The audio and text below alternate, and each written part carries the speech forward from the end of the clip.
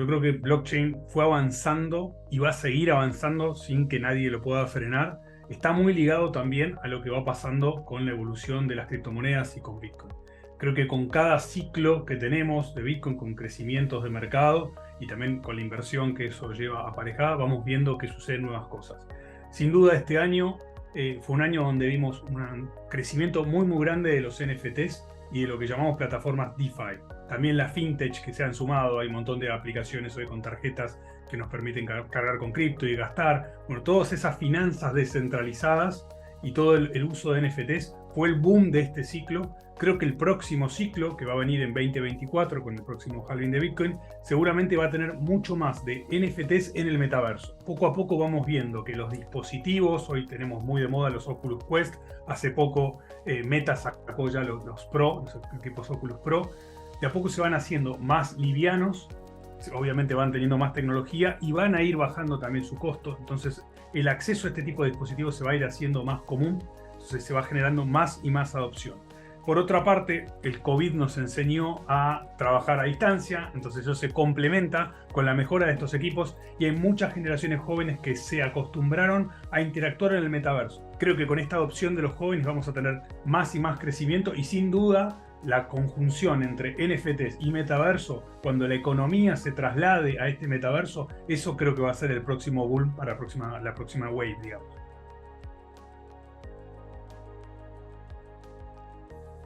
Hay dos industrias muy grandes que se impactaron. La primera es la industria financiera, ¿no? Sin duda con el tema de lo que hablábamos recién, las criptomonedas, la fintech, las finanzas descentralizadas, fueron las primeras que se metieron en el mundo blockchain, tanto a nivel usuario retail como a nivel corporativo o empresarial, donde se empezaron a armar consorcios de bancos y generar un consorcio, una blockchain que genera sinergias e evita todo lo que son esfuerzos de conciliación. Entonces, la primera industria sin duda para mí fue la industria financiera, y la segunda que está impactada fuerte también ahora es la del gaming, ¿no? Todos estos adelantos tecnológicos en general se prueban o se empiezan a utilizar en gaming y después se van volcando a las distintas industrias. Bueno, acá hubo un empuje de los dos lados.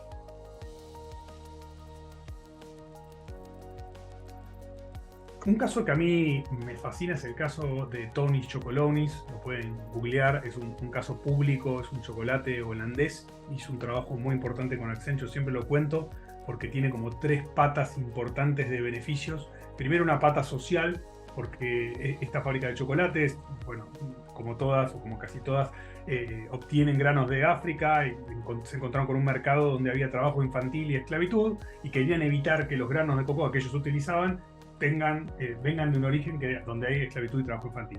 Entonces, para lograr esa trazabilidad, utilizan blockchain, buscan Accenture para trabajar, forman un consorcio entre las distintas granjas. Estas granjas se certifican cuando se validan que no tienen ni trabajo infantil ni esclavitud, se les da una llave privada para una blockchain que se armó específicamente para ese consorcio en tecnología Hyperledger, que es una de las tecnologías de blockchain privadas que utiliza Accenture.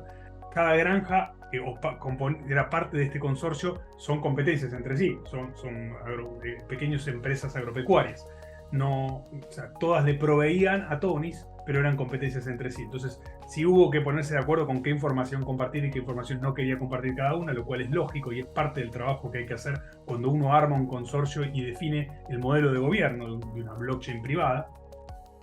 Pero bueno, el principal beneficio es que pudieron tener esta trazabilidad y poder garantizar que los granos que recibe la fábrica a través de toda la cadena de suministros tenían un origen que no tenía trabajo infantil y esclavitud. No solo eso, sino que aparte también pudieron garantizar que no haya pérdida del producto en todo el camino, porque tienen todos, no solamente una contraparte, no es solamente el consorcio de granjas, sino que están todos los transportes terrestres, fluviales, silos en el medio. Entonces cada uno de esos intervinientes en la cadena de suministro tiene su firma y va firmando justamente cada vez que recibe el producto y lo envía. Entonces toda esa trazabilidad puede detectar quién fue el último que la firmó, dónde está el producto, si hubo una merma en algún momento o un cambio en lo que es temperatura, humedad y demás. Todo eso creo que es el beneficio principal que tuvieron de esta implementación de blockchain.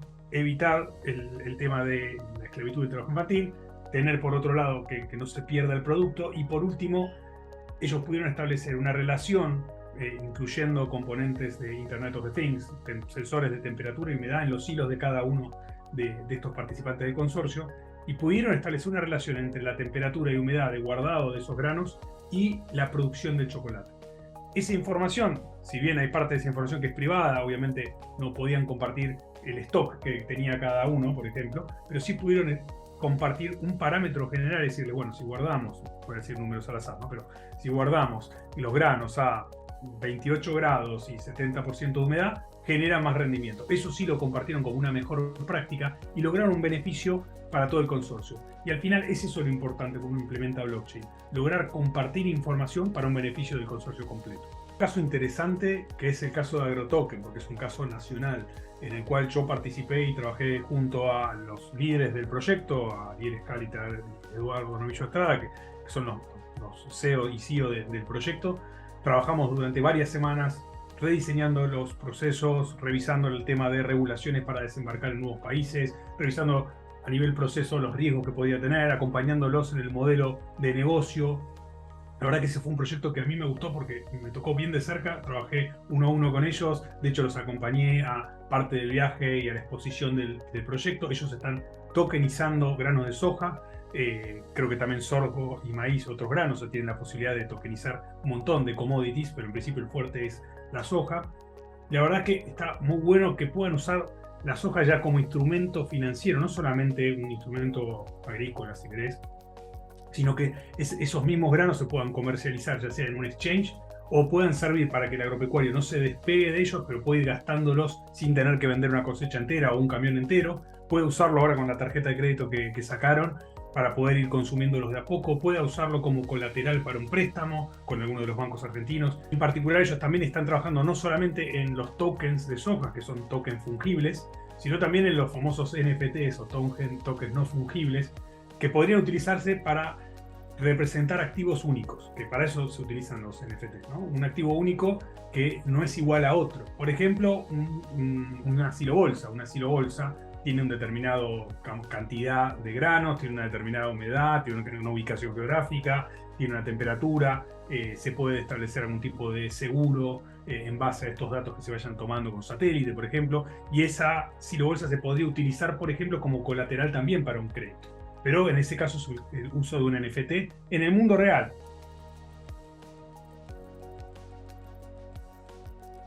Accenture está liderando lo que es el mundo de NFTs y sobre todo metaverso. La semana pasada se publicó un partnership muy importante con Meta y con Microsoft, donde vamos a estar trabajando en el uso de metaverso, no solamente a nivel gaming, como está muy desarrollado hoy, sino en el ámbito corporativo, con Microsoft 365, o sea, toda la parte empresarial del uso de las herramientas de metaverso, que confluyen justo con el lanzamiento del Oculus Pro que hablábamos antes.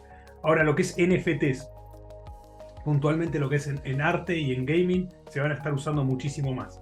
Blockchain lo que nos da es la característica de poder ser dueños reales de un activo. Eso es lo que nos permite blockchain. Nos lo permitió primero con las criptomonedas, pero también nos lo permite con los tokens fungibles, no fungibles.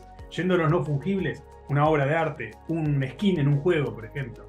Bueno, eso nos va a permitir poder tenerlo en el tiempo, tener la historia de ese producto, que se vaya valorizando en base a esa historia también, porque quizá si es el skin que utilizó una persona famosa va a valer más que otro, que puede ser muy parecido, pero es el que yo te digo tiene la historia de haber pasado por esa persona. Entonces tienen un montón de componentes distintos. Ahora, hay que ver qué pasa con los metaversos. Metaverso, si lo queremos definir, no es una simple realidad virtual. La realidad virtual es un casco donde podemos interactuar, puede ser un juego de una sola persona, por ejemplo. Un metaverso es donde ya conviven, coexisten dos personas y colaboran en un escenario digital. Ahora existen metaversos descentralizados, que son muy famosos, como Decentraland o The Sandbox. Existen metaversos centralizados, como los que usan la mayoría de nuestros hijos.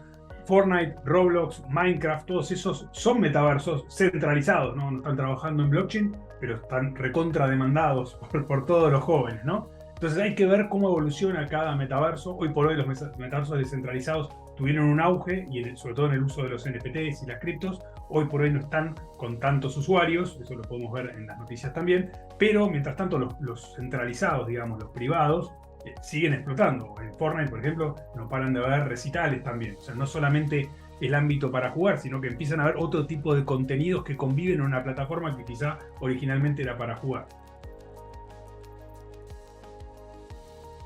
Es súper importante tener en cuenta los temas de seguridad cuando hablamos de NFTs, tokens, porque no cualquier tipo de activo digital y más si está descentralizado. Porque en un entorno descentralizado, la persona es la dueña de las llaves privadas. Entonces hay que educar un poco a la gente y también la gente tiene que elegir dónde se siente más cómoda. Si quiere estar en un entorno 100% descentralizado, que tiene sus ventajas, porque es más libre de operar cuando uno quiera, por ejemplo, pero tiene sus desventajas en cuanto a ser realmente responsable de esas llaves y si las perdés no tenés a nadie más que ir a buscar. Te hacen colocar claves y en realidad es un sitio falso. El 80% de los casos de pérdida de cripto, por ejemplo, pasan por este tipo de phishing. En los últimos años vimos muchas empresas que querían implementar blockchain simplemente porque estaba de moda.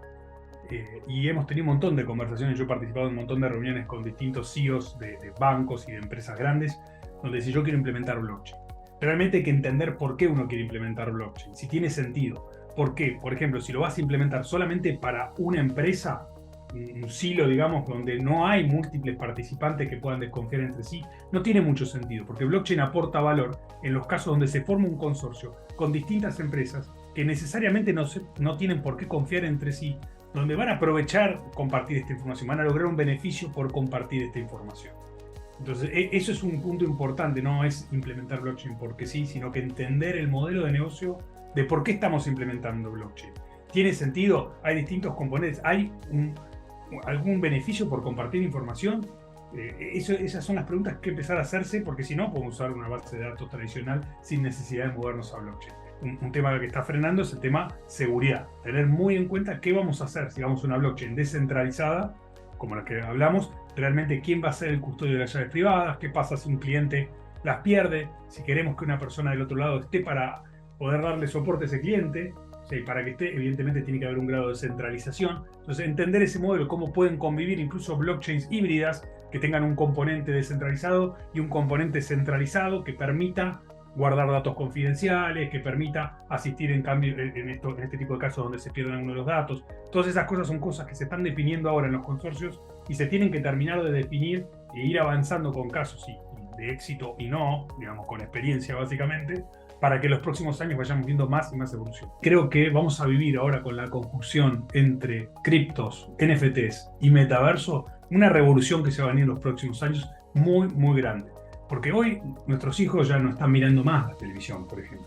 Ninguno de nuestros hijos ya. Todos nuestros hijos ven contenidos, por lo menos poco, incluso poco en YouTube. Están viendo TikTok más que otras plataformas. La gente incluso antes miraba la tele, después pasó a buscar cosas en YouTube cuando no encontraba cómo hacer tal cosa. Hoy ya ni siquiera están buscando en YouTube, ya están buscando en TikTok porque son videos más cortos. Entonces el comportamiento de la gente más joven está transformándose.